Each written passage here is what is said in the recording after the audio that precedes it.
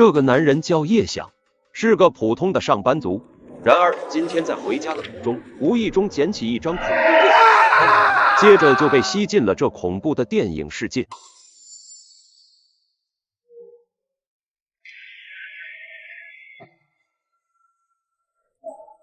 这是在哪？我怎么会在这里？就在叶想惊惧的同时，一道恐怖并且熟悉的记忆涌入他的脑海。这是在做梦吗？可梦境为何如此清晰？这份疼痛感够了，求求你放过我！叶想在这神秘的地方被不停的折磨，直到他相信并发誓要好好演接下来的电影，否则就会永远留在这如同无间地狱般的地方。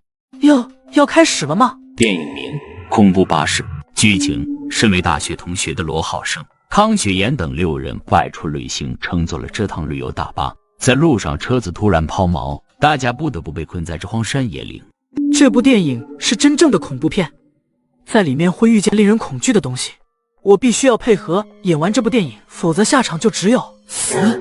据我所知的剧本，晚上大家都在沉睡的时候，作为男主角的罗浩生却在噩梦中被惊醒。罗浩生的噩梦就是浑身鲜血的司机不断动摇着他的身体，而当时醒来后就看到司机真的死在了驾驶座上。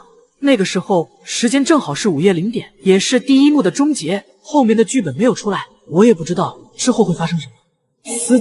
如果司机也是进入这部电影的演员的话，那么他一定是个资深演员，否则如果是个新人，在得知自己会死后开始就陷入慌乱，那后面的戏也不用再演了。那我前面2位主角想来也是和我一起进入这部电影的演员吧。雪阳，这次也许是毕业前我们最后一次出来旅游了呢。罗浩生说出的台词就是作为主角整部电影的第一句台词，得快些冷静下来，必须马上进入表演状态。是呢，这一次或许可以算是我们的毕业旅行吧。这2个人说台词的时候镇定自若，一点都没有念台词的感觉。他们不是第一次演这种真实的恐怖电影了。这2天演也没什么好玩的。这个家伙看起来应该是个新人演员，而且他说完台词就轮到我了。是啊，也不知道车子要再开多久才能到山下的旅馆呢。唉，明天就要回去了，感觉玩的还是不够尽兴啊。夏雨，你玩的还不够尽兴吗？这家伙居然能怕到这个程度，怎么说呢？就是感觉和旅行手册上介绍的不太一样。恐惧解决不了问题，我必须要冷静，何况能够预知接下来的剧情也是一大优势。雪妍，你和浩生也是好事将近了吧？我们还不是很急，浩生他想先完成学业再说。我们父母都已经互相见面了，我想毕业后很快就可以举行婚礼了。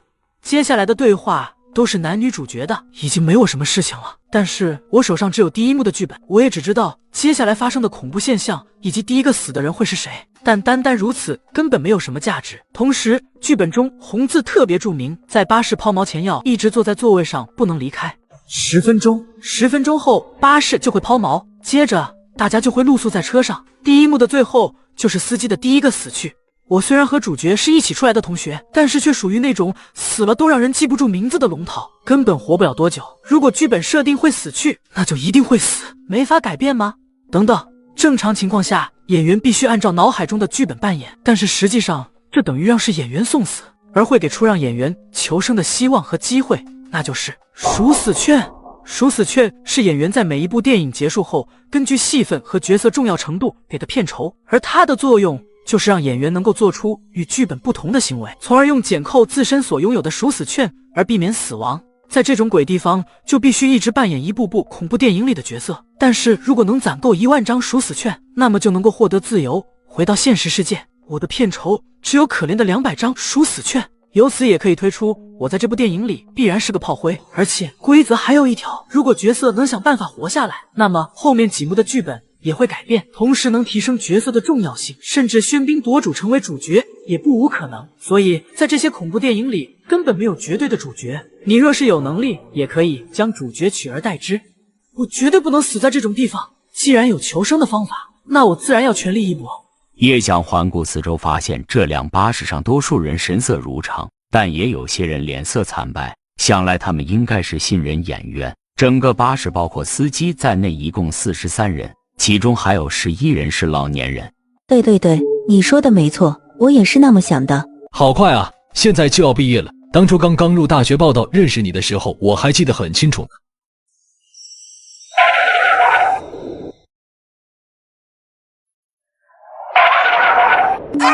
要开始了。车怎么停下来了？不好意思，我检查下是不是出了问题。不愧是资深演员，还以为他会不顾一切弃车逃跑呢。不过那样做就等于是作死，一旦做出这种完全违背角色逻辑的行为，就会导致剧情 NG。如果发生 NG 后，一切就会回到10分钟之前重新拍摄。不过恐怖片里的 NG 和真正的电影不同，并不会因为念错台词或者演技不到位而 NG。NG 的标准就是对于剧情的改变不能触及底线。比如一个演员在开始拍摄的时候不进入角色，反而大喊我不想拍电影了，或者呼喊演员的真名，哪怕只有一个演员 NG， 所有人都需要回归这一幕戏的原位，重新拍摄。而 NG 最多只有3次，如果发生了第4次，那么所有演员全体都要死。各位不好意思，车抛锚了。怎么抛锚了？就是这还在山上呢。我要投诉你们旅行社，什么破车啊！夏怡、念周，旅行地图你们有吧？对，在我这。从这里下山要走很长的路啊，而且那么晚了，这里又如此荒僻，几乎不会有车辆经过。看他那个样子，就算结伴行，只怕没看见鬼就吓得腿都软了，根本帮不了我，不能找他作为同伴。夏云，我们走路下山吧，好不？我们走吧。还有，浩生，你也和我们一起走吧。这不是剧本上的台词。我和你一起下山，我们快走吧。我也走，咱们就这么下山去吧。我们也和你们一起下山，这个破车老子不坐了。奇怪，为什么主角他们无动于衷？难道这样才是安全的吗？或者他们是资深演员，有应对的方法？不行，我不能坐以待毙，何况有这么多人一起。走吧，念周，我也和你们一起。就在叶想说出这句自创台词的时候，他的属死券立刻扣除了3点，这更加加深他心中对属死券的猜想。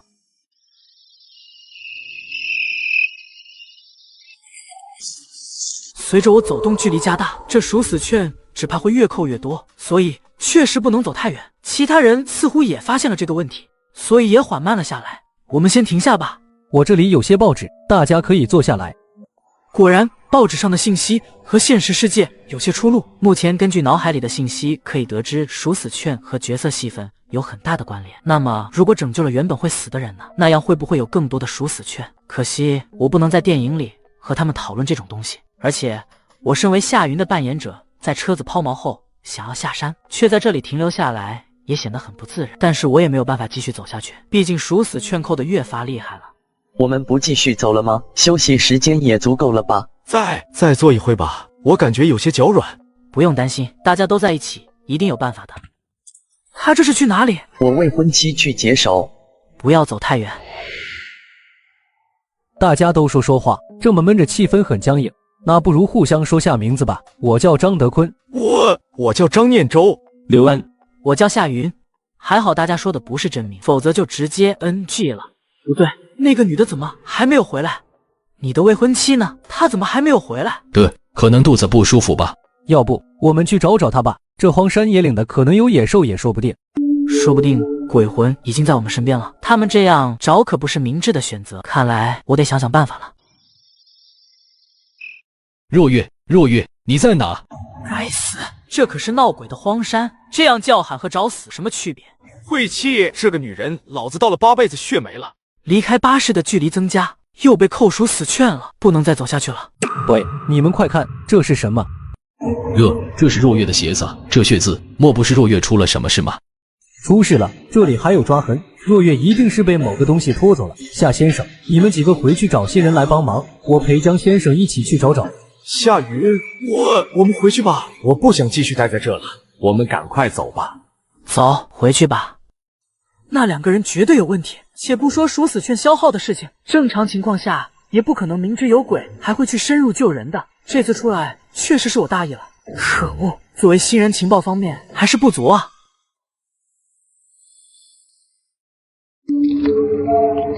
你们几个怎么回来了？找不到下山的路不成？这个待会再说。导游小姐不好了，韩小姐她失踪了。失踪了？她的手机打过了没？手机没信号，江毅和张德坤去找他了，他让我们回来喊人一起去找。这都大半夜的，谁会去找？要找你们自己去，反正我不去。果然，在知道这里有鬼的情况下，这才是正常反应。我们先上车吧，他们找不到，肯定也会回来的。你们怎么回来了？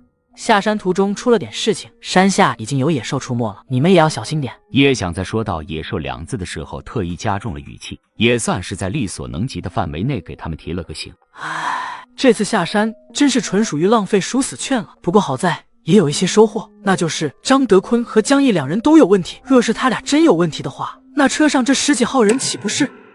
应该不可能吧？就在叶想思考的时候，前排的罗浩生开始说起剧本台词了。等回去之后，我一定要向旅行社投诉。看这样子，我们说不定今晚下不了山了。是啊，这一带的山路很不好走，而且步行也不知道要多长时间呢。雪岩，现在想来总感觉怪怪的。你指的是什么？这喇叭是那天我们到长途汽车站的时候，就感觉不太对劲。那时候我们身边突然出现了一个老乞丐。老乞丐？他突然抱住我的腿说：“这个车子阴气重，不能坐。”后生仔，这车子阴气重，不能坐啊！哪里来的破乞丐，给老子滚！讹人讹到老子头上了，我看你是不想活了。后生仔，这辆车真不能坐啊，不能坐！老东西，你还敢说话？再说一句，信不信老子打断你2条腿？夏云，算了，他也是出于好心。哼，要不是浩生你拦着，我肯定要再踢他几脚。唉，浩生你也就是太心善了，这种讹人的乞丐就不值得同情，你早晚要在这方面吃亏的。这个事情我怎么不知道？是这样吗？夏云，叶想当然知道这个情节，而且这个套路在恐怖片里屡见不鲜。那个乞丐肯定是个高人，可惜这部电影显然不给演员利用乞丐求生的机会，这一段根本不让演员亲身拍摄。而作为踢了老乞丐一脚的叶想，也只能硬着头皮说台词。是又怎么样？那老家伙多半是讹钱的。浩生，你该不会是看到车子抛锚就信了他的鬼话了吧？不是，只是现在想来，这辆巴士当时停靠在最角落的位置，我们着实找了很长时间呢。而且我当时坐上去感觉车子是好像显得有点阴森。恋周，你也有这样的感觉吧？你想什么呢？那时候车子停靠的地方是背光的嘛，所以这也很正常。有些事情宁可信其有，不可信其无。右脸，这是什么意思？对了，说起来，佑林你和雪妍后来一起来的，因为你们都来的比较晚，杜妍还嘲笑你们是女人化妆的时间太长，耽搁了。哪里有啊？佑林，你那时候也没看到那个老乞丐，难道你认为他说的有道理？我怎么知道？那种事情你自己考虑吧。接下来一段时间就没有叶翔的台词了，此时的他正在考虑求生的手段。进入巴士，按照那个老乞丐的说法，似乎出问题的是这巴士本身。从剧情来看，老乞丐的话肯定不是危言耸听。现在是10点半，根据剧情发展11点，由于确认车子修不好，大家只能在里面睡一晚。接着罗浩生就会做到那个噩梦，醒来就是午夜。现在距离这段剧情发生还有1小时的空白期，我到底能做些什么呢？我就觉得一直坐着累，想站站。看来随着午夜临近，大家都开始紧张起来了。目前知晓的就只有这辆巴士有问题，以及之前在外面的江毅、张德坤2人，而且不敢保证我周围其他的人还有没有可疑，毕竟这车里可是有40多人。再说一部恐怖电影真的需要这么多真实的演员吗？任何恐怖片都是有生路的，我的生路又是在哪里呢？一定是有哪些地方给遗漏了。不好意思各位，车子暂时修理不好，大家先在巴士内睡一晚上，明天早上再想办法。时间一点点流逝，很快所有的乘客都闭上了双眼。叶翔本想闭上双眼装样子，然而却不知道为什么他的眼皮越来越重，困意也如潮水般涌来，最后竟然就这么睡着了。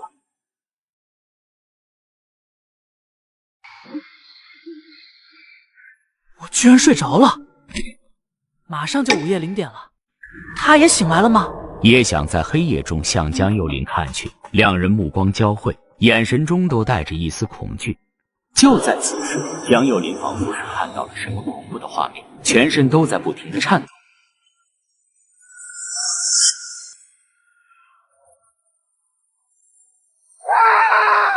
怎么了？谁在叫啊？第1幕终结后，第2幕的信息立刻输入了叶翔的脑海里。而此刻他的脸色却是惨白，因为在主角团队中将有2人在第2幕中死去，第一个人是杜岩，第二个就是他叶翔。看到剧情另一边的杜岩一脚狠狠地砸在车窗上，至于张念周则是大舒一口气，同情地拍了拍叶翔的肩膀，随后看向罗浩生那边说起了台词：怎么回事？司机死了？谁也不要靠近案发现场，这是谋杀案。导游小姐，你先报警。你们有谁看到了行凶者吗？夏怡，你是知道些什么吗？没有，我只是看到司机死得太惨了。司机明知道要死，为什么不逃呢？是对自己的手段过于自信了吗？还有，从刚才江幼玲那惊恐的反应来看，难道他看到了我无法看见的东西？莫非他有阴阳眼？报警电话竟然打不通，这该怎么办呢？我带旅行团这么多年都没碰到这种事情啊。司机看起来没有外伤，而且周围也没有打斗痕迹，难道是中毒？就没有一个目击者吗？所有人都睡着了。我目击了全部过程，但剧本没有要求我说，还是不要多此一举了。浩生，你觉得凶手是外来人，还是车上的乘客？不好说。我看到了，那个老乞丐的话是真的。幼莲，你冷静点。司机身上没有什么财物方面的损失，很大可能是仇杀，但是到底是怎么杀死的，完全是个谜。如果凶手还在附近的话，我们不能继续待在这里过夜了。是啊，而且这里还死了个人，谁还敢睡在这？索性徒步下山吧。那么大家决定吧，我是认为或许下山比较好，毕竟接二连三的发生了这么多事。根据接下来的剧情，在下山的时候，杜岩莫名其妙的失踪，接着主角他们在寻找的过程中，我也不见了。最后我和杜岩的尸体被一同发现。那么我现在到底是选择下山，还是消耗赎死券继续待在车子里呢？浩生，大家一起走吧。你别这样，杜岩。哎，大家关系好才这样嘛，你别不给我面子。不要黏着我，不知道的还以为你是变态呢。看来杜岩是觉得主角前妻一定不会死，所以打算黏着罗浩生。不过碰壁之后，他应该会选择留在车上。那么我呢，要和他一起留在车上吗？可是选择留在车上的大部分都是老年人。就在叶想思索生路的时候，余光扫到了身旁的江幼玲。对了，江幼玲是女2号，同时也很有可能拥有阴阳眼。跟着她的话，我活命的几率应该能有很大的提升。拼了，与其待在车里听天由命，不如自己寻找生路。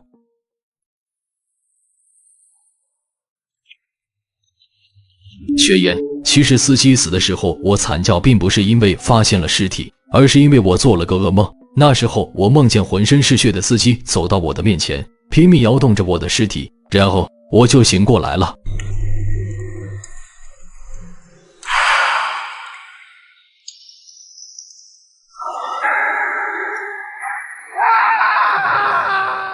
雪岩，你还记得那个老乞丐吗？他曾对我说车子阴气很重，现在我很后悔没听他的话，而且他怎么了？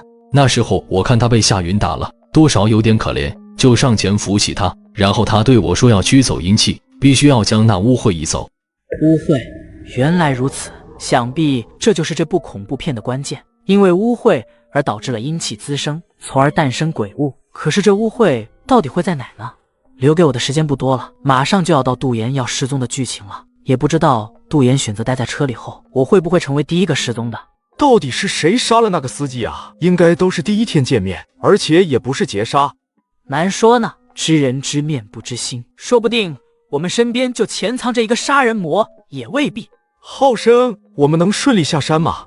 我也没有信心啊，只能走一步算一步了。实在不行，我们就回到巴士上，等到天亮吧。我总感觉这座山里怪怪的，有点心里发毛啊。胡说什么呢？念周，你是不是相信那个老乞丐的话？我倒觉得人家说的有道理，那个时候他还要说什么的，都怪你上去踢了他一脚。胡说八道，难道这也怪我？真要那么说的话，当时我踢那乞丐的时候，你们也没拦着我呀，怎么现在变成我的责任了？都什么时候了，还在吵架？等等，那个戴帽子的小伙子呢？刘安，是刘安不见了。是刘安代替了杜岩，可恶，这段剧情还是发生了。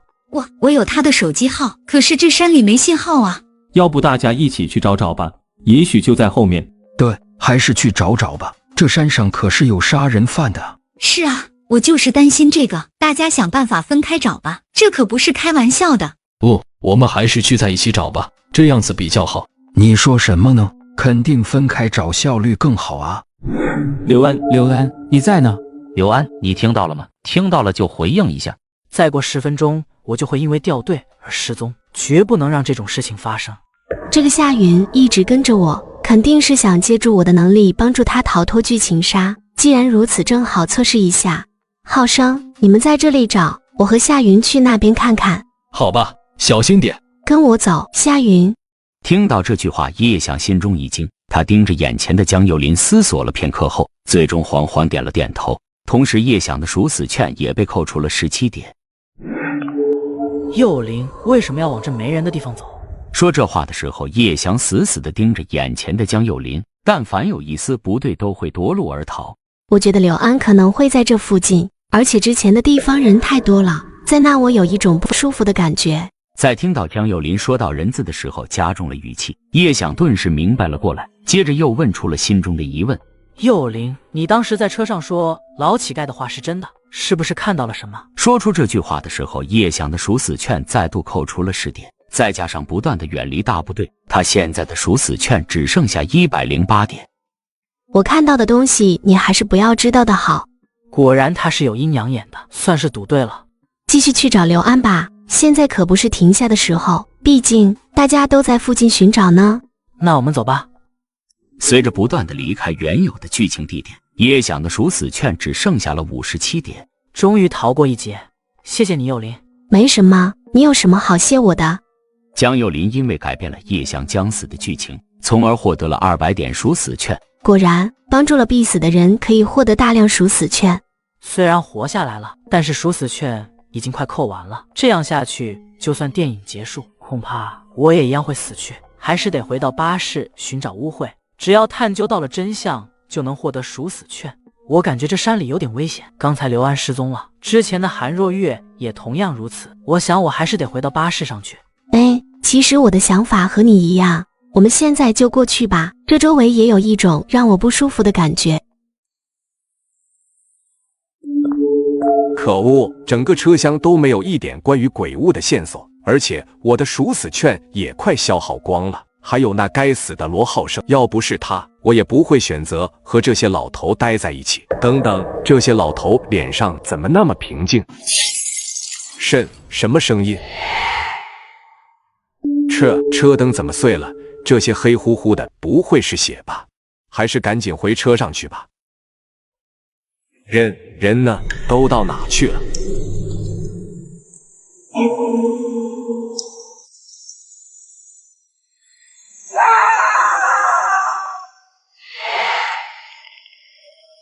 等等，有些不对劲。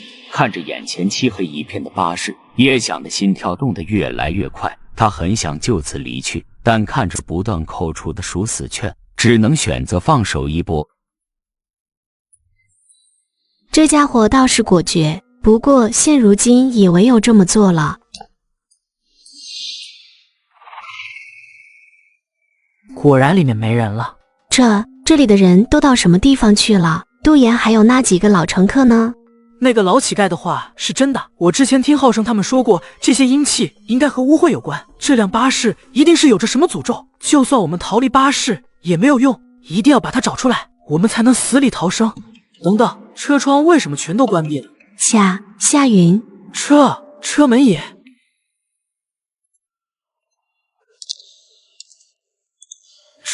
车顶上有人。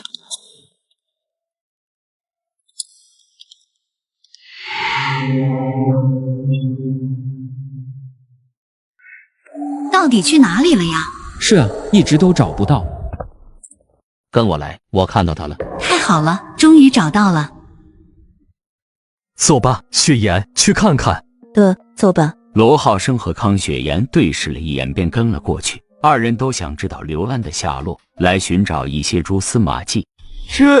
看着罗浩生、康雪岩和其他几个龙套演员远去，张念周脸色惨白，最后决定回到巴士上去。至于赎死券，他已经不在乎了，反正早晚都得死。又有人死了，是导游小姐，可是为什么会死在这里？夏先生，这导游小姐怎么死了？之前分开的时候，她还让我回车上看看刘安是不是回去了。夏云、幼林，你们都在啊？导游小姐，怎么会？她什么时候死的？他什么时候死的不知道，大概10分钟前，从车顶上摔下来的时候就这样了。不可能，她肯定是刚刚死的，对不对？夏云说的是实话，这最少也是10分钟之前的事情了。好险，差点跟鬼走了。你之前看到他了？对，他带着浩生和雪岩走了，希望他们不要有事。等等，巴士上怎么好像没人啊？杜岩他们呢？全都不见了。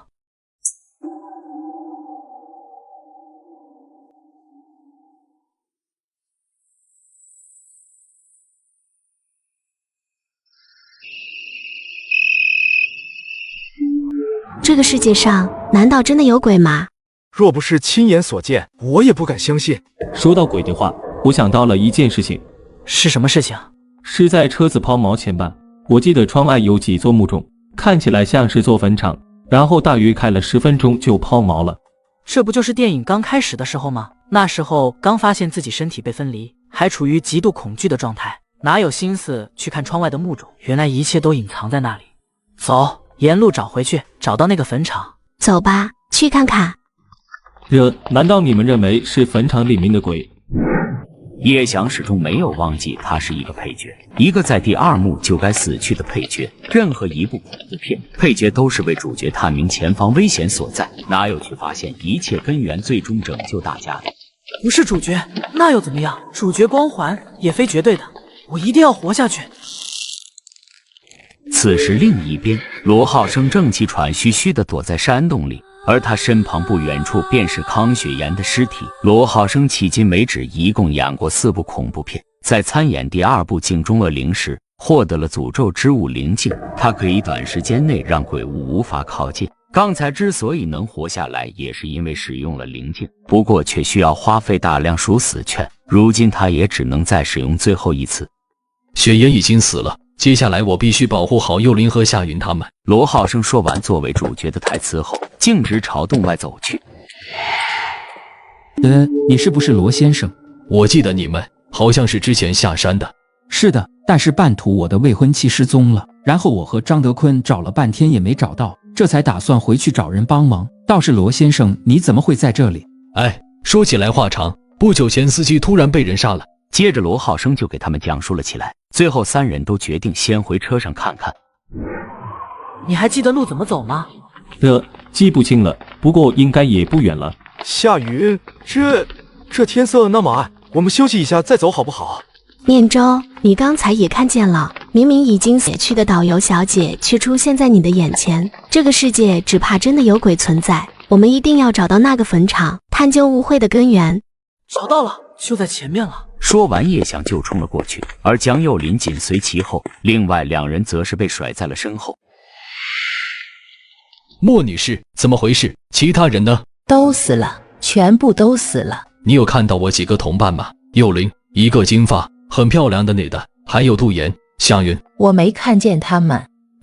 怎么会这样？怎么会这样的？罗浩生按照剧本露出焦急的神色。实际上，夏云他们的死活，他根本不关心，只在乎自己能不能活下去。但就在这时，忽然一只极其明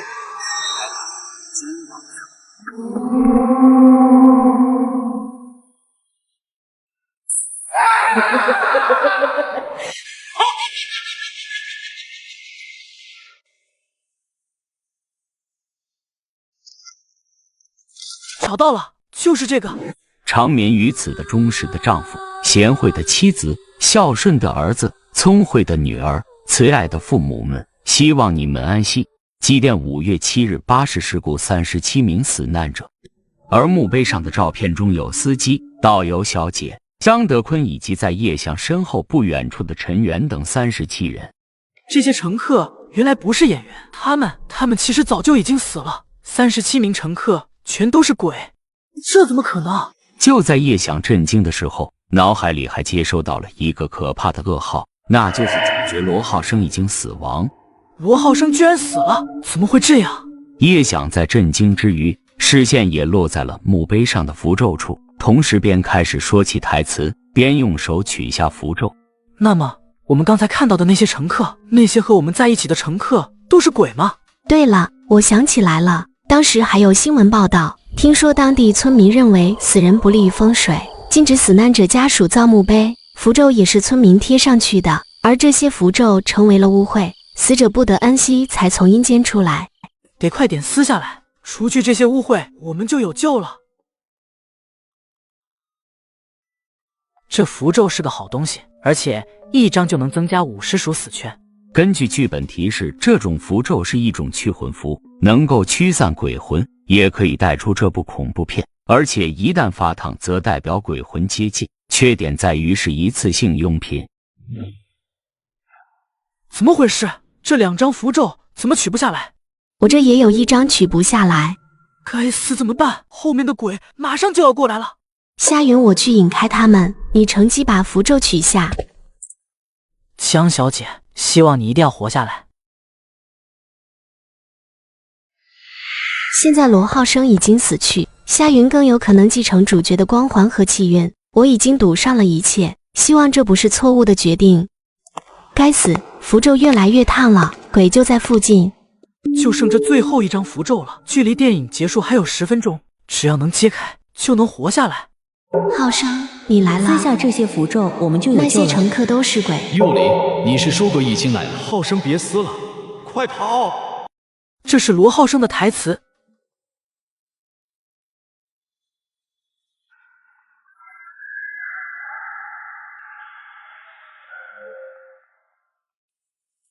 逃了，再不逃我就得死在这。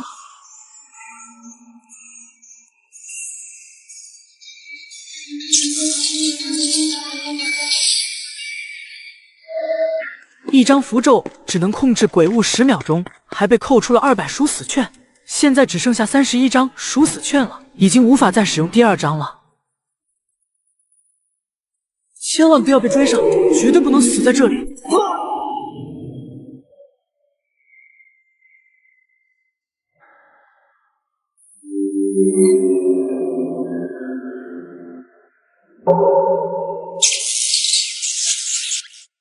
夏云，夏云，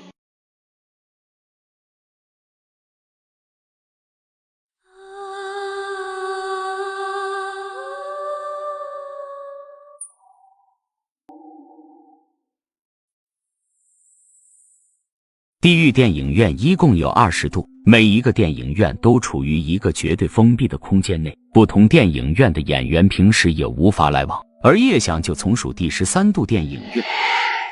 我活下来了，我记得最后关头是江幼林救得我。哈哈，我没死，老子居然没死！快看看杨和唐海兰活下来了没有？这几个是新人，那边那个女人是不是海兰？快过去看看。海兰，她怎么没回来？她怎么会没回来啊？大家也很难过，杨和熬过了3场恐怖片，海兰也演了6场，结果就这么死在这部恐怖片里。各位，这里就是地狱第13度影院，你们都是和我一样，因为1张海报而被拉进恐怖片里扮演各个角色的吗？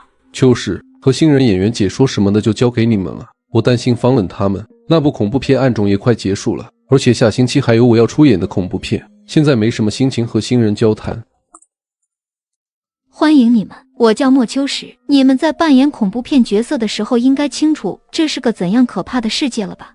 我已经不怀疑地狱电影院的真实性了，那这个电影院真的无法出去了吗？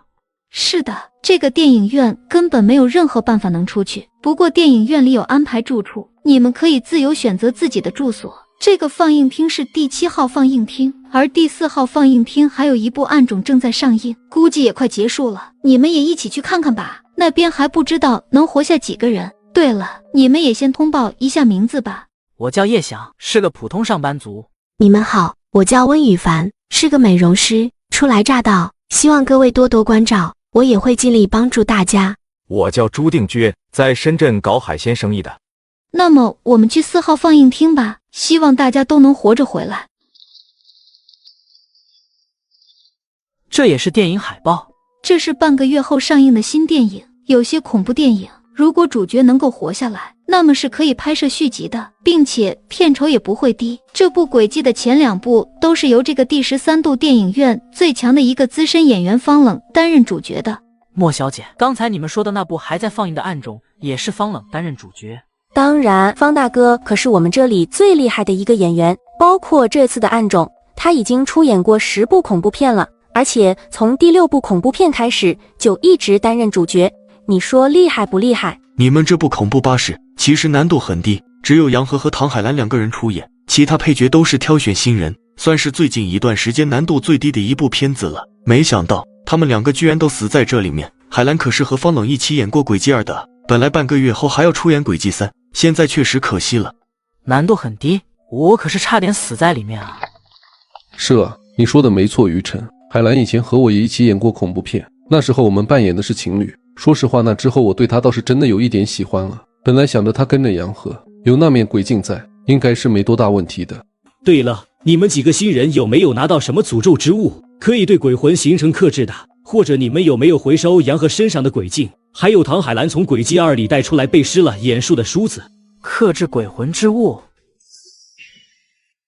我在电影第2幕就和杨和他们分开了，并不知道他们有诅咒之物。不对吧？杨和和唐海兰都死了，你们却活下来了，这好像不太正常吧？主角死后，他身上的东西就是无主之物了，你们如果拿过来用……后天白，别说了，即使真是如此，那也是命数使然，毕竟在难度低的电影中丧命，也不是没有可能的事情。都过去吧，方冷那边就快结束了。不知道这次能有多少人活下来。方冷大哥一定要活下来啊！还有于浩大哥，宇硕也不要死啊！于晨，你认为谁能活下来？方冷会死的可能很低，他有巫毒娃娃，可以带他死3次，至今只在轨迹2里用掉过1次。白宇硕是灵媒体质，相对也有很高的生存率。至于于浩、叶斌和焦梦期3个人就很难说了，只希望这次能增加几个有资质的新人来。啥意思？好像我们几个新人就没有资质一样。来了，没来晚吧？咦，杨和和海兰呢？他们难道死了？这3位就是恐怖巴士的新人吧？要不大家都自我介绍下吧？你们有几个人，我都还不知道名字呢。不急，等会方冷他们出来，地狱13度影院的所有演员就全部聚齐了，到时候让方冷看看你们，如果他们欣赏你们其中的谁，也许会愿意出手培养一下。不管怎么说，能在一部恐怖片活下来的新人都是不容易的。你的意思是我们能够提升自身在恐怖片中的生存能力吗？的确如此，在恐怖片中要生存下来是很困难的，物理手段对亡魂厉鬼都毫无作用，唯有一些特殊的物品能对其产生影响和伤害。一般来说，以死者诅咒之物居多，使用起来都很费赎死券。一些比较普通的，你使用超过1秒就要扣掉本部恐怖片的片酬等了的赎死券。而如果在一些恐怖片中获得特殊手段，拥有灵媒体质，就能拥有更强的保命能力。只是灵媒体质很难获得，我们中也唯有一个叫白宇硕的演员成功拥有了这个体质。要知道，就连方冷他也没有这个体质啊。我们第13度影院总体实力其实还是相当弱的，地狱第7影院就有3个灵媒体质的人，也是全20度地狱电影院演员综合能力较强的一个。尤其是那人印水天，这一次在轨迹3中又要再和他会合了，应该还是扮演白无暇这个角色。灵媒体质要获取太难了，你们都知道，灵媒体质只有从第4禁区这部系列的恐怖片中才能有办法获取。第4禁区是属于不固定主角系列恐怖片，已经拍摄了7集。方冷也曾说希望将来有机会参演第4禁区吧，想办法获得灵媒体质就好了。不过好在宇硕难得去参演了一次第4禁区，不但没死，还拥有了灵媒体质。电影时间到了，我们进去吧。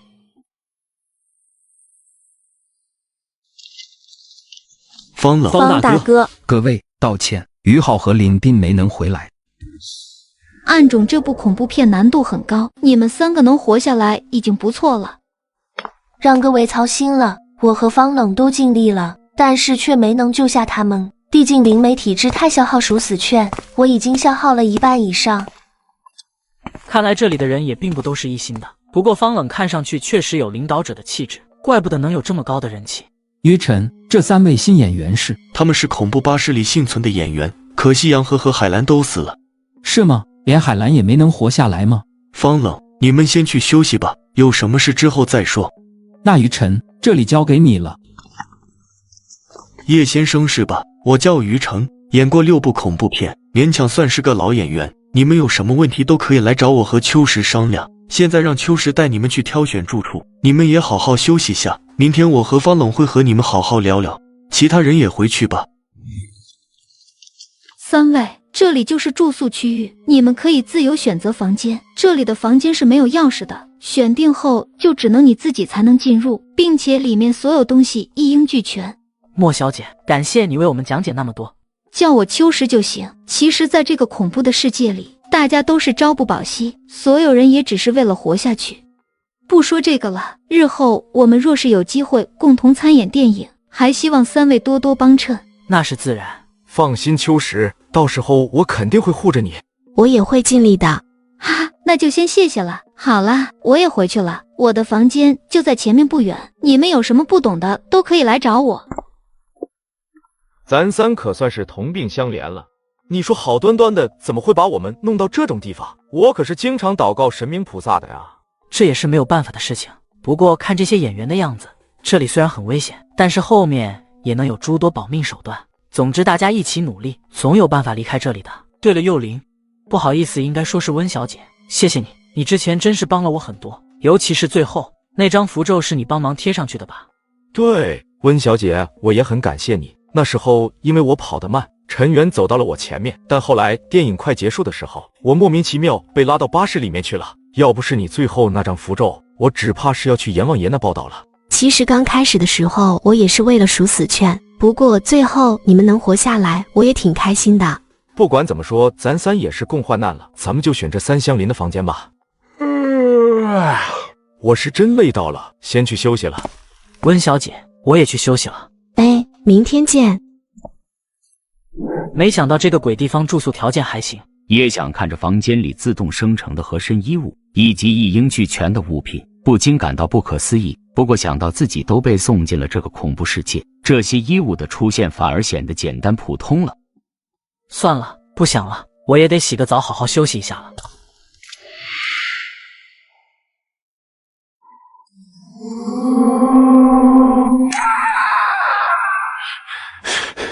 这个噩梦太真实了。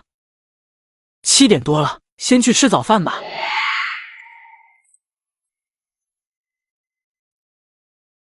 这就是影院合作的高难度恐怖片《轨迹3》吗？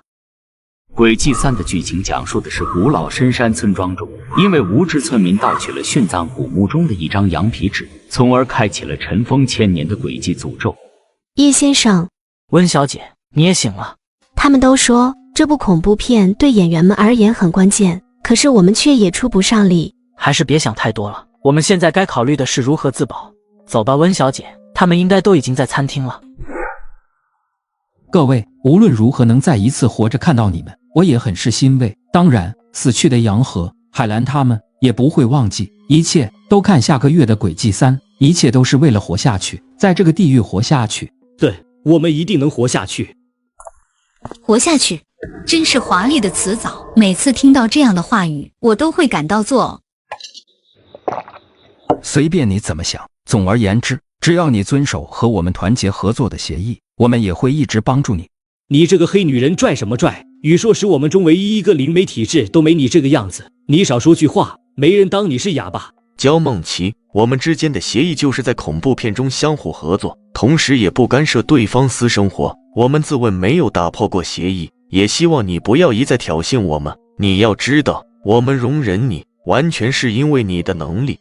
总算是说出真心话来了。说什么一起活下去，说到底也无非就是相互利用罢了。我听说海兰已经死了吧？你们更多的不是因为她的死而难过，而是因为她手上那把木梳的失落而揪心吧？我们是有过协议，只是你们伪善的嘴脸让我难受得很，不吐不快。焦梦七，你再说。够了，焦梦七，请你适可而止，不要忘记你昔日对我的承诺。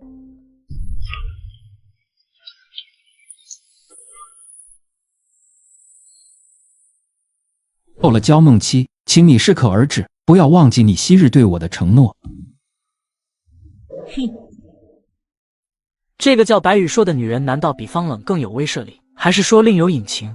两位是恐怖巴士里的新人演员吧？过来吧，这里的饭菜还是很不错的。以后还需要各位多多关照。首先欢迎你们加入第13度影院。这样，我们先简单做个自我介绍吧。我叫方冷，算是个有些经历的老演员了，也承蒙大家厚爱，暂时担任主导的角色。你们好，我叫白宇硕。经过一段时间的自我介绍，叶想对他们也算是有个大概了解。方冷、白宇硕和于晨这3人毫无疑问是这13度影院最资深的演员。李维斯一个算是有些智谋的人物，并且身后一直跟着一个爱慕他戚青青，再就是一直沉默少言的程雪松，出演过4次电影的石青秀，以及和他们有些不对付的焦梦期，再加上昨天认识的莫秋实等人，地狱13度影院目前一共15人。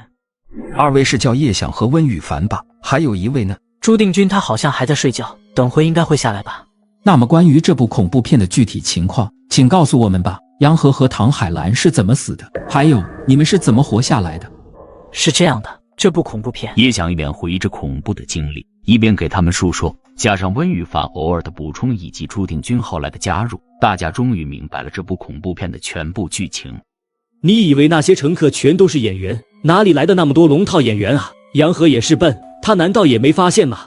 海兰应该发现了，他恐怕也猜到了那些乘客也许是鬼，但是因为有那把木梳，一时太自信了吧。也可能是他为了诡计3想节省一些赎死券。海兰什么都好，就是太自信了，因为有在诡计2中存活的经验，以为这种低难度的恐怖片肯定能过，只怕他只是当作进入诡计3之前的一次热身吧。也正是因为他的太自信，才会身死的。哪里简单了？事前我们谁知道那个石碑和符咒啊？不知道的人该怎么办？对你们新人来说的确是难了点，因为你们毫无保命手段。当然一般我们演员虽然会给予新人保护，不过新人如果有另外行动，我们也不会干涉。就比如叶想你们一开始离开巴士的行为其实很不理智。本来被看好的新人演员，我们都会给予你们一些诅咒之物，用于提升自保能力。但是由于诡计3上映在即，我们目前不能这么做。我们明白。对了，你们所指的诅咒之物到底是什么？诅咒之物一般是鬼魂怨念附体的物品，是保命的主要手段。不过需要消耗大量赎死券，而且长时间使用还有诅咒复苏的风险。随着他们不断的讲解，叶想也对这个恐怖世界有了更深的了解。时间一晃而逝，很快1周的时间就过去了。在地狱电影院，除去高难度的影片，每个月上旬排片都会当月1日正式出现，因此叶想早早的就来到了排片大厅。本月上旬一共3部新片上映，分别是《凶行》1404号房间以及《幽禁之事》，而这部《幽禁之事》便是叶想要参演的新电影。这里需要注意一点的是，片长并不代表演员在电影中的实际时间，很多时候都是留给演员拓展剧情的剧本空白期。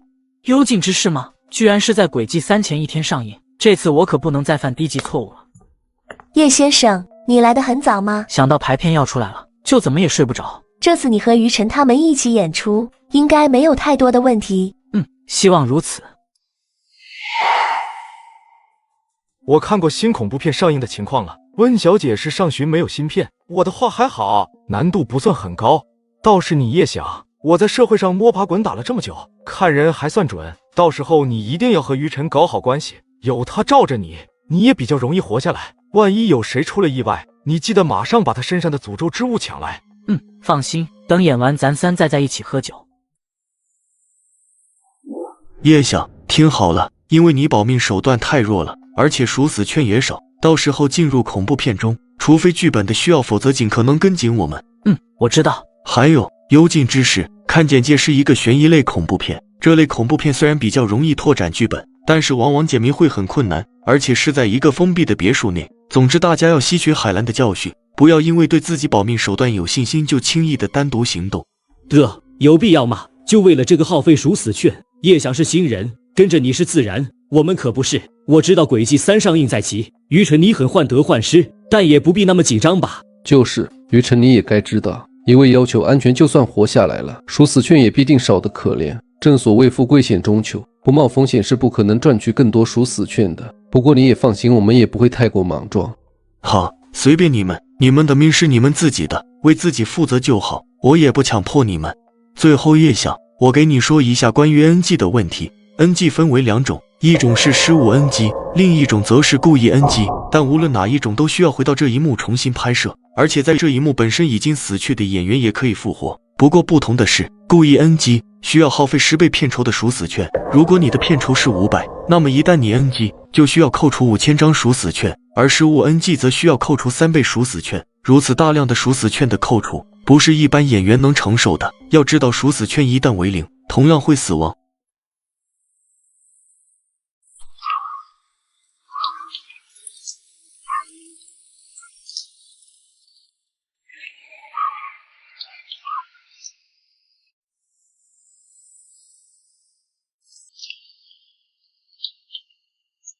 叶想在这部电影里依旧是个配角，片酬更是仅有150张赎死券。不过他很快的就进入了角色，他所扮演的人物叫张华，是一个找不到工作的无业游民。此时他正在网上寻求找工作的机会，招收临时看护，日薪10万元，男女不限，限定4到7人。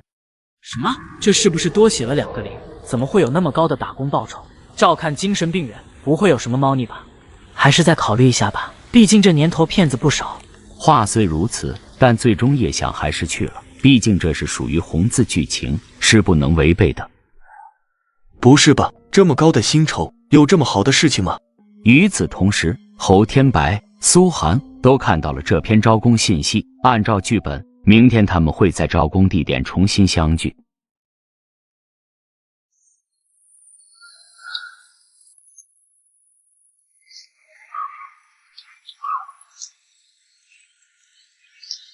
这个别墅的窗户怎么都被封死了，有点古怪呀。你也是来应聘的吗？是啊，我叫张华。我叫陆泽南。你说这些有钱人真奇怪，这房子怎么这么设计的？确实，不过应该没有什么问题吧？他们已经事先给我账号汇款了5万定金。我这也是，没想到招聘内容那么简单，不愧是有钱人。走吧，咱们过去。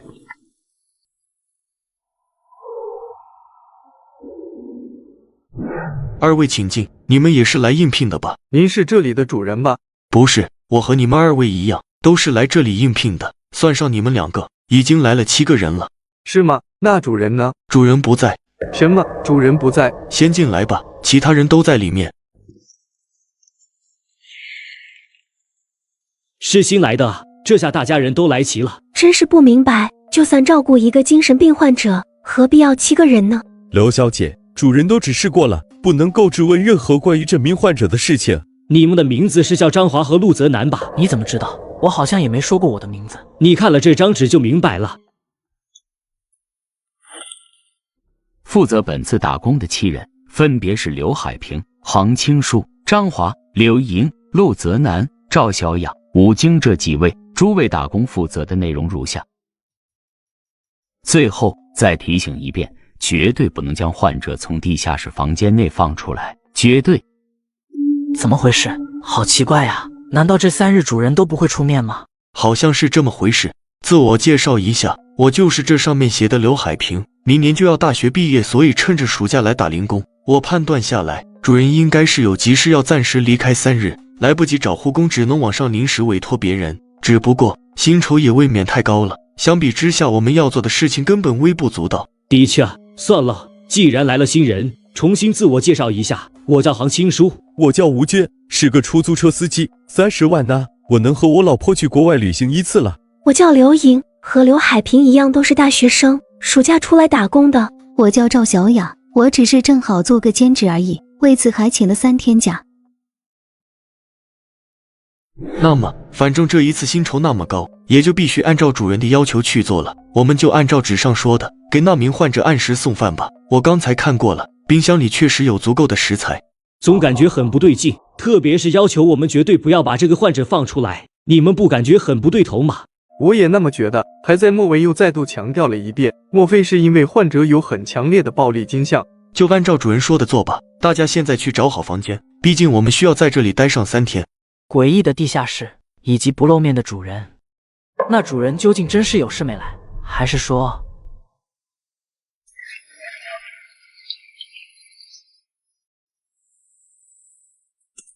这里的装修好像有点古风啊。你也发现了吗？刚才我无意中注意到，这里的家具好像都是古董，有不少现在都很难买到了。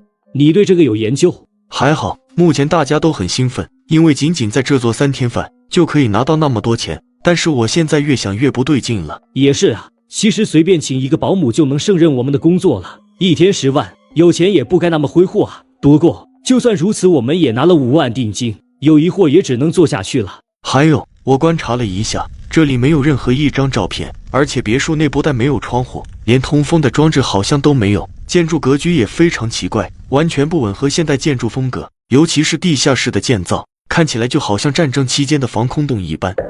难道安排我们来有阴谋？阴谋也未必，但我可以肯定，我们要看守的那个患者绝对不简单，说不定我们只是用来进行一个实验。实验嘛，但愿是我多想了。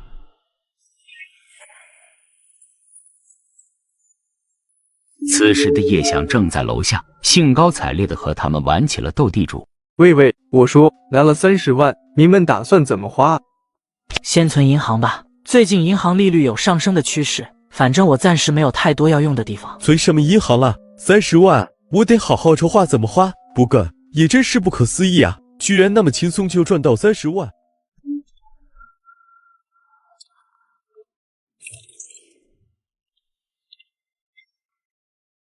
于晨缓缓地朝地下室路口走去，此时的他面色平缓，右手则是伸入外套内，在里面赫然是一只断掉的手指。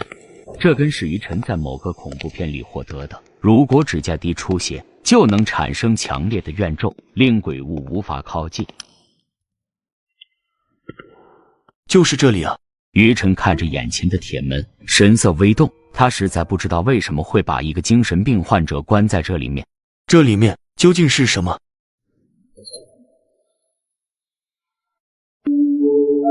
手机怎么没信号了？是啊，我刚才查看手机的时候才发现的。奇怪了，之前在外面用手机明明有信号啊。那我到外面去看看。应该不会有啥事情吧？怎么了？你们怎么不继续打牌了？不好了，大门被锁住了。怎么会这样？这个别墅窗户都被封死了，只有这么一扇门可以进出。那我们岂不是这3天都出不去了？而且手机为什么没有信号？肯定是主人安排的。这个别墅内部的墙壁一定是有某种吸收电磁波的特殊功效，现在又把门锁住了。这到底怎么回事啊？就算这日薪很高，但这样限制我们的自由也太过分了。你们怎么了？发生了什么事？吴军发现门被上锁了，我们猜想很有可能是主人干的。其实刚才我去过了地下室，也发现了一些问题。随着于晨将地下室的观察说出，众人面面相觑，皆是沉默不语。我觉得之所以那么高的薪酬，很有可能就是要我们看守这个囚犯，这里面绝对不可能是什么精神病患者。难道主人是在非法监禁？那我们要不要报警？这个别墅内没有电话，而且手机也没了信号，主人是有计划的将我们困在这里，要求我们3天内看守这个囚犯。说不定他们要利用我们做到某种不可告人的目的。被关在地下室的那个囚犯，我想他绝对不简单。我要离开，我不要待在这里了，这是在犯罪。听好了，各位，要离开是不可能的了。这别墅的墙壁都不是水泥，而是真正的钢筋制成。本来我是想要亲眼见一见主人，询问为何有这么高薪的工作，但没想到会是这样。当初递交简历的时候，我就有点后悔了，感觉不可能平白有那么便宜的事情。事已至此，大家就先按照主人的要求，按时为那个囚犯送饭吧。3天很快就会过去的，到时候我们就能知道他们究竟有什么目的。随着讨论的结束，时间也到了深夜，大家都按照剧本回到自己的房间去睡了。看来这部恐怖片最大的疑点就是那个地下室了，只是目前信息依旧不足。幽禁之室中到底有什么样的东西？而主人又究竟是谁？为何要召集那么多人来对其进行看守？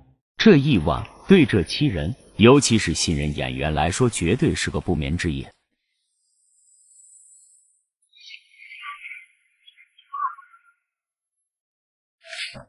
在恐怖片里根本无法安心睡着啊，还是下去看看吧。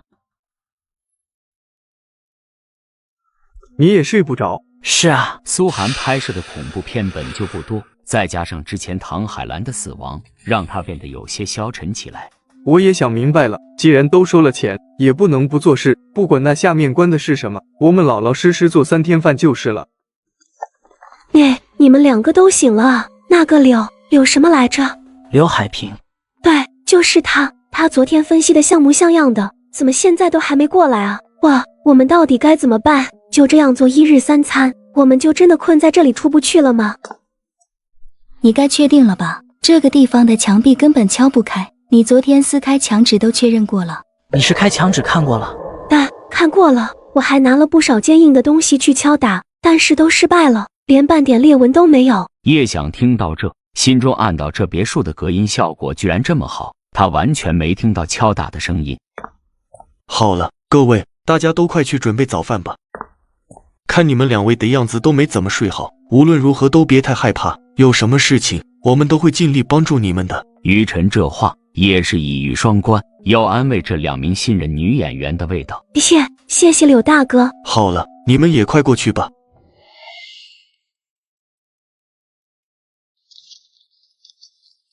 各位，饭已经弄好了。麻烦你俩了，接下来交给我吧。等一下，刘海平。好了，将饭菜送下去吧。原来是这样啊！等手机上来，打开视频一看，就知道下面是什么人了。闻言，叶想则是苦涩一笑，刚才的行为直接扣除了他20张赎死券。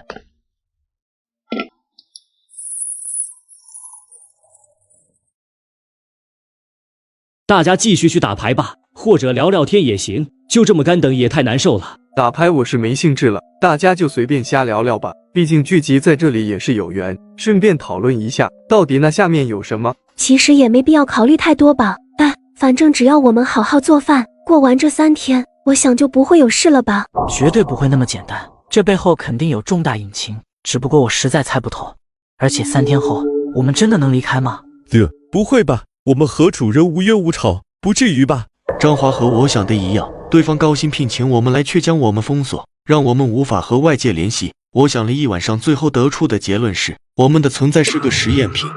你这话是什么意思？刘海平，你查到了什么？对方的招工条件十分宽松，似乎无论是谁都可以来，而且地下室的门，别说是一个人，就算是头野兽也能锁住。3天的饭菜也同样完全可以事先预备好，可见我们照顾的目的完全是多余的。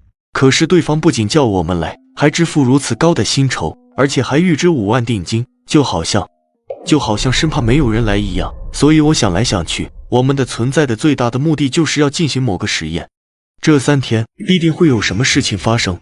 那张 A4 纸上还强调不能放地下室的人出来，所以实验必定和此人有关。我觉得还不能如此断言，我认为或许还有其他的可能性。或许吧，总之我希望大家能提高些警惕心。随着送菜电梯的打开，众人发现里面只有已经吃得干干净净的盘子，而那手机却是不见了，一点都没有剩下。这个人是不是很饿啊？我就猜到会是这样，你们继续聊吧，我上楼休息一会，等会下来做午饭。随着这句话说出，在场不少人都投来了惊愕的目光。行青叔，你说你要上去休息？也无怪于晨如此惊讶，因为根据第2幕的剧本，吴军这个角色就是说要去楼上休息，结果就死在了他的房间里，而此时的侯天白的行为就是在以身试险。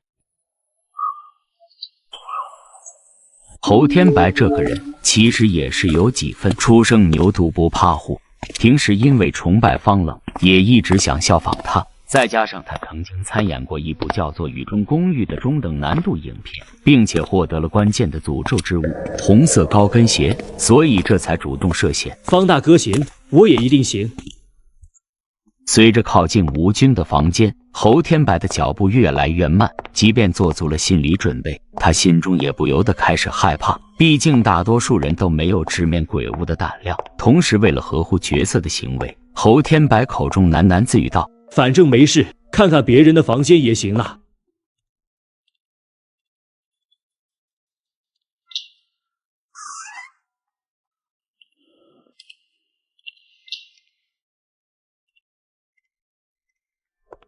真是的，被子都不好好叠。吴局这个人还真是懒，这个房间也不错嘛，呵呵。侯天白一边说着自创台词，一边警惕地看向房间的各个角落。然而在房间内待了一会，侯天白已经感觉浑身开始发冷，牙齿都开始不住打颤。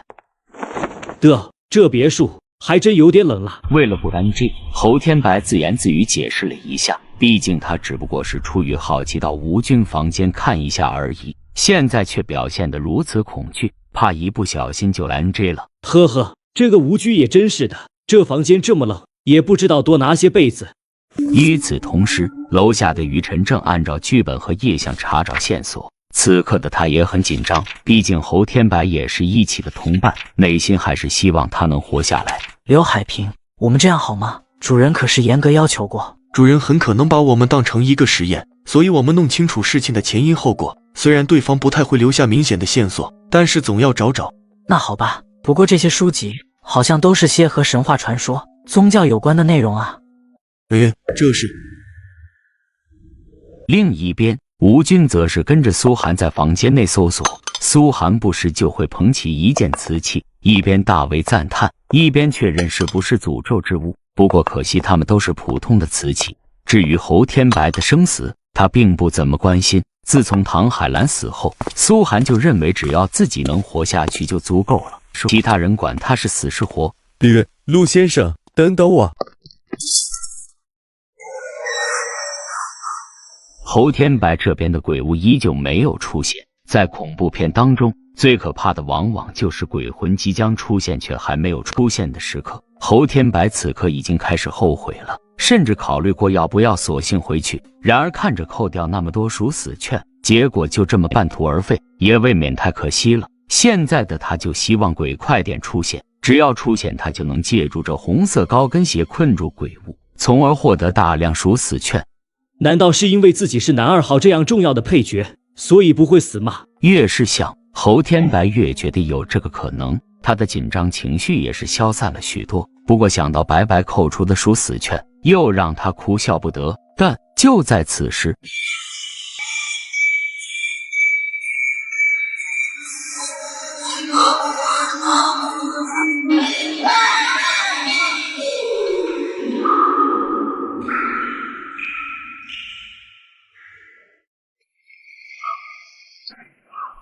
时间飞快流逝，很快来到了午饭时间，同时也是原剧本众人即将发现吴军尸体的时间。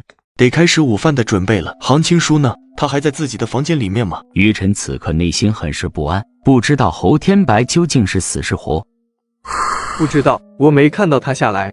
还没下来吗？我上去看看。于晨说完，叶想和苏寒就紧随其后，也跟了上去。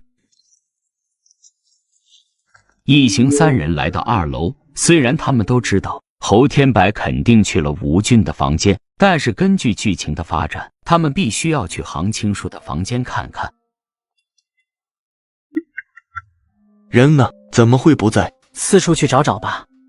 我们去找找。说完，三人不约而同朝吴军的房间走去。不知不觉中，三人越来越紧张，脚步也是缓慢了下来。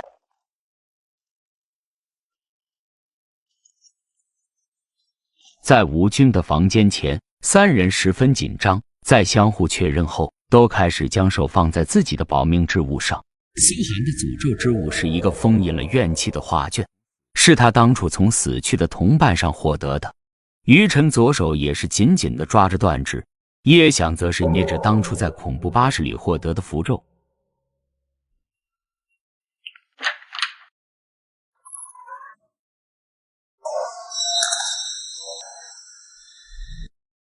看着死去的侯天白，苏寒大脑一片空白。虽然他跟上来最主要的目的就是夺取他的高跟鞋，但是真的看到死去的侯天白，竟然一下子有点下不了手了。而于晨更是脸上毫无血色，骇然地指着眼前的景象说道：这是怎么回事？怎么会这样？杭青书怎么会死的？苏寒看着侯天白的口袋，心中再度蠢蠢欲动起来。但一切的行为都需要按照角色的正常行为逻辑，否则就很容易 NG。所以苏寒在想用什么合理的借口去翻侯天白的口袋，而叶想直接扑到侯天白尸体上，直接将那高跟鞋放到自己的口袋，并且花费50属死券得到高跟鞋所有权。看着叶翔的行为，两人皆是惊骇不已。你为什么拉开他的衣服？人死后血液循环就会停止，我想看一下他的背后是否出现了尸斑。如果出现了尸斑，就可以判断他的死亡时间。还有，现在还需要将现场保护好。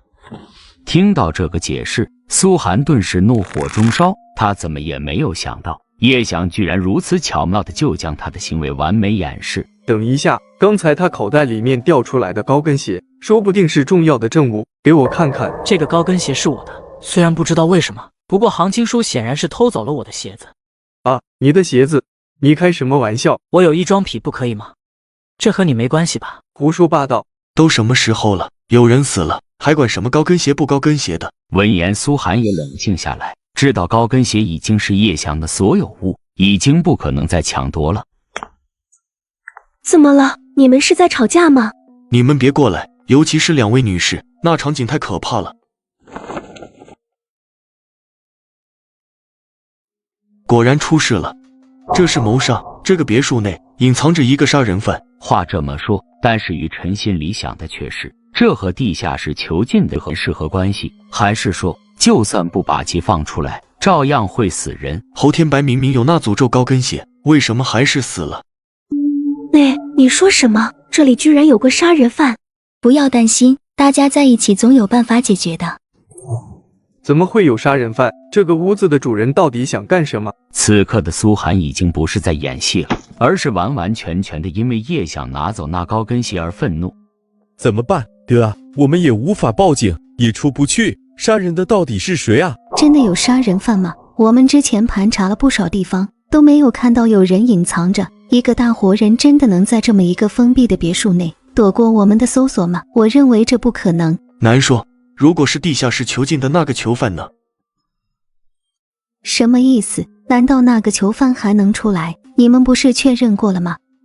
但是如果那个囚犯有那扇门的钥匙呢？如果他从一开始就能来去自如呢？